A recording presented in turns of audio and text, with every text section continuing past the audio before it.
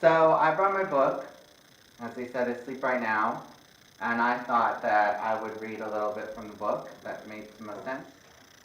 In that moment, I knew it was over. The denial was gone, the bargaining was gone, and it gave way to the biggest depression I've ever experienced in my life.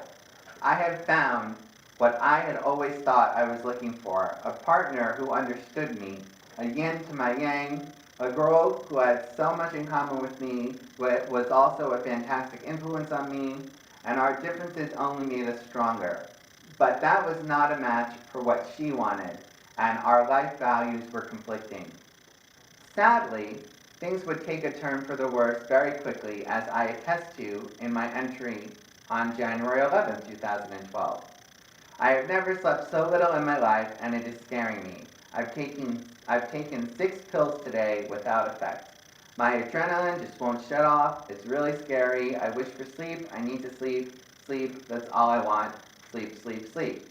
Before I continue with the chronology, I am going to say that what a lot of people have said before, medications suck. Now, there are definitely people who need them, and I think anyone who is not an artist might benefit from a little edge taken off, but for me it was hell. I know artists feel more deeply than others, but that is what propels our work. Take that away, and we are not artists. So I struggled with the fact that I had to be on the stuff that was making me less of who I was. In fact, I had a date in February, and the girl said she liked the fact that I was mellow. Me, mellow? That just shows you how these pills completely change your personality. So it doesn't really matter though, as you learn in CBT, it does not matter why a person is the way they are, you just have to take them where they are, because you can't actually help or change another person, that's something they have to do for themselves. What is CBT? CBT, cognitive therapy, you can read all about that in chapter on May. CBT is by far the thing that saved my life. I would give 4 months of CBT to every single human on this planet. If it was up to me, I think it is absolutely fantastic. I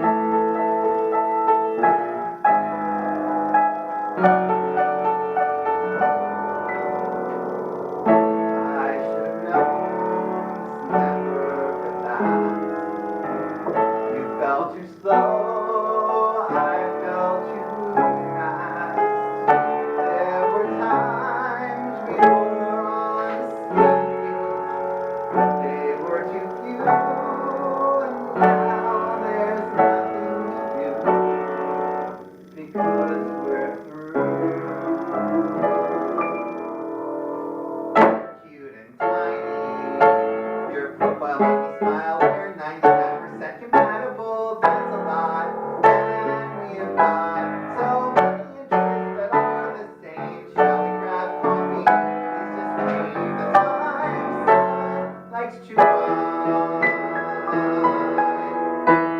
And I'm also writing one more musical about my grandmother's life through the Holocaust and through Auschwitz and through emigrating to America. Then I'm working with another collaborator who happens to be incredibly flaky, but in theory we're writing that. And then I have another show, More to Love, which is done and it's really cute, that's on the back burner, and I might be writing a new children's musical, although the guy who wrote the book is not getting back to me either. So the moral of my life is everyone takes forever to get back to you, so it's important to have as many different projects as possible that you can click on pause on one when someone gets back to you, and then when you're done with what you can do, you click pause, and then you focus on something else while you're waiting on everybody else, and eventually they, in theory, will get back to you. So that's probably my problem in all my career, is I straddle way too much at the same time, and in theory, that becomes an asset in your 40s, but I don't know, because I'm not there yet. I wrote through and I analyzed my entire history from when I was born with being obsessed with finding the one, and like all my life I've been obsessed with it, and it's just how society trains you to think about things, and all those Disney movies and all that talk about finding it, and you know what, not everyone finds it, and most of the people who find it don't really have it and are just settling, and that's just the truth. And I have friends who are married who obviously do not have the kind of passion for each other that I had for my ex-girlfriend, and that's just the truth of the matter. But, you know, I was open to actually talking to someone after finally getting this whole thing out of my soul. And now it's like, now that it's written, it's like once you've written something, you don't have to think about it anymore. You don't have to obsess about it anymore. Whenever I put some stories into my web series, as soon as it's in the web series, it's like out of my head. I don't even remember it happened. Like, I watch the web series and I'll be like, oh, yeah, I used to remember that, but it's the only cure, I think. It's like excising your demons through writing. And that's why the title is right in the title. I mean, that's it. You sleep, you write. Well, it's horrible though. You want it to go faster than it goes faster. You want it to be over. But it takes so long for anything to happen in this industry, whether it's getting over someone or getting your show on television. It's just the process. It takes so much longer than you ever think it's going to take. And then those people who make it fast will probably have years where they're not. And that's just how it is, you know? So you have to just kind of find some sort of contentment, I think, in yourself and your own art, and keep putting out and keep self-publishing. And it's like, it would be nice if I was, you know, famous and people were buying my book, but like, you know, I sold like 70 copies, and that's better than some people would probably sell less than that. So, yeah, 100%. It's the only thing that broke the cycle of obsession with the anxiety and the depression and the insomnia. It's the only thing that broke through it. How would you sum it up in a sentence, you think? There's a whole chapter on it, but the main idea, how Heather put it to me once, or Despina, I don't remember which one.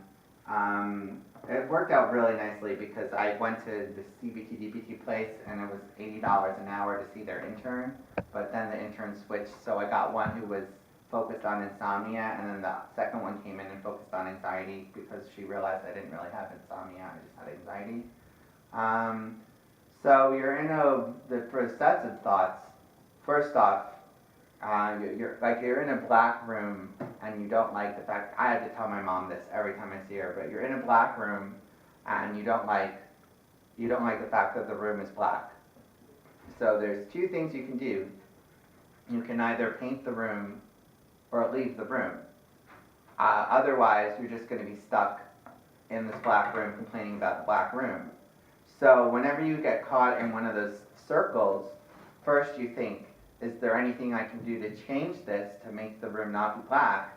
And if the answer is no, you have to say to yourself, well, I have to get off this ramp because otherwise I'm going to be stuck in this black room. That's the only other option. Otherwise you're stuck in the black room. And so it's about retraining your thoughts and letting go of things that you can't control. You know, like my mom forgot the Harosis at Passover, and the whole night she was saying, I can't believe I forgot it. And I was like, are you going to go home and get it right now and drive for an hour and a half? And she's like, no. I said, well, there's nothing you can do about it. You might as well leave the black room. And my mom stayed in the black room. But you see where, you know, the apple doesn't fall far from the tree. But at least my tree, I have trimmed a little. My mom's crazy. That's where we all get it from. It's all from our moms. Well, some insomnia, I think, is more genetic or chemical.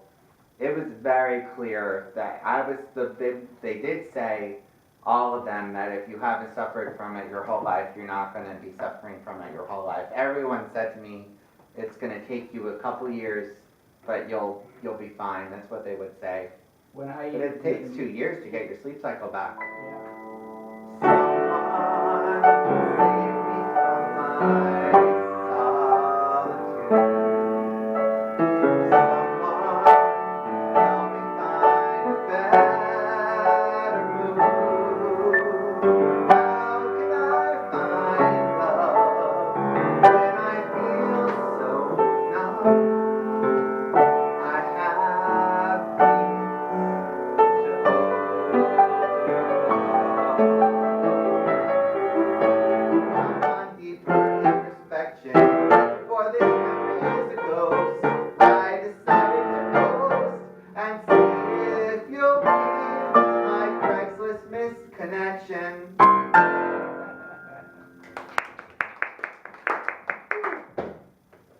That's a true story.